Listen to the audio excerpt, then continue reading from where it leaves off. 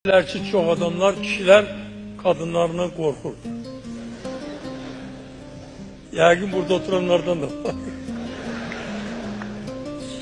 Niyə qorxur? Nədən ötürü qorxur? Siz qorxmursunuz?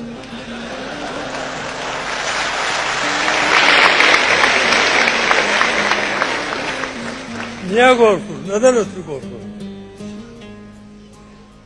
Çünki kadın həmişə çalışır ki, ailə sağlam olsun.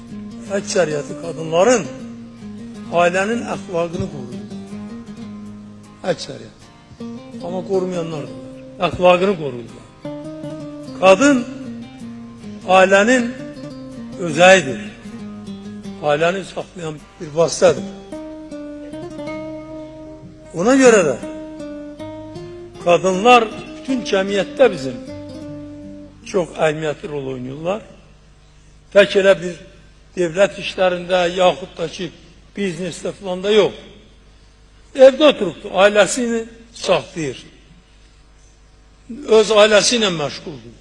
Amma onun da xidməti ondan ibarətdir ki, onun uşaqları sağlam böyüsünlər.